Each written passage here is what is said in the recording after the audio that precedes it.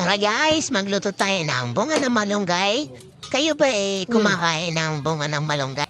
Ito po ang aking beshi. Siya po ang nagluluto ng bunga ng malunggay na ulamin namin ngayong gabi. At salamat sa iyo sa palagi mong pagtulong sa akin sa mga gawain bahay. Lalo na't pag wala kang pasok, kaya maraming thank you sa iyo, beshi. Hindi nyo natatanong guys, masarap po yan magluto talaga. Lalo na po yung adobo, masarap po yan magluto. Alam niya po kasing favorite ko yan, kaya siya na nagluto.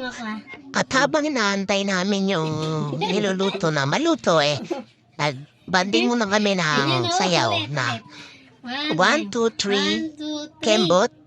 1, 2, 3, kembot. Yan na din yung libangan namin dalawa. Para hindi kami mainip sa niluluto ng aking beshi. Grabe tawa ko dyan guys, pag yan talaga ang kabanding ko. Alam nyo guys, noon at hanggang ngayon, ganyan ginagawa ko sa kanya. Palagi ako nagpapabuhat sa braso niya. Kasi alam kong gaano ganyan sa akin, kaya sige lang ako lambitin sa kanyang braso. Noon pa yan, ganyan na ginagawa namin. Libangan na namin yan dalawa.